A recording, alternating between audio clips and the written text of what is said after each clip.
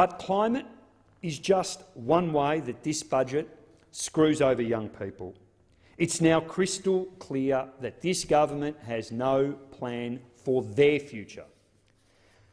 The politicians who benefited from higher education have decided that the single biggest cut in spending in this budget should be against university students at $3.7 billion.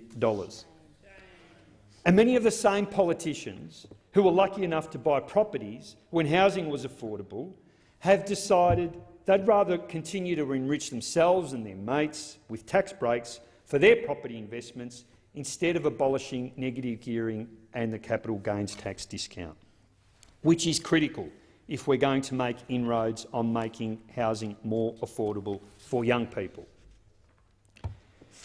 The stinking reality is that change will not happen while this government, and indeed the Labor Party, remain hopelessly handcuffed to the mining lobbies, to property developers and their rich mates who funnel millions of dollars into their campaigns.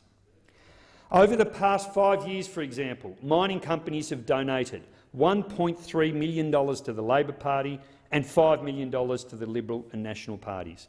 I'll say it before, I'll say it again. This is state-sanctioned bribery. These entities are not donating out of the goodness of their hearts. It's a commercial decision to buy influence, and this budget proves that it's working. You just have to wonder for a moment if it's a coincidence that just a few months ago the Big Four banks all agreed that they'd no longer make political donations to either of the major parties, and it's the one area that the government finally chooses to act in the public interest and to take them on. The government has had no choice but to accept that its individualist, its dog-eat-dog neoliberal ideology is a dead end. Trickle-down economics has failed. The public has had a gutful. They understand that we're not just economic actors, selfish individuals always in violent competition. They know that we are a cooperative species who like to work together.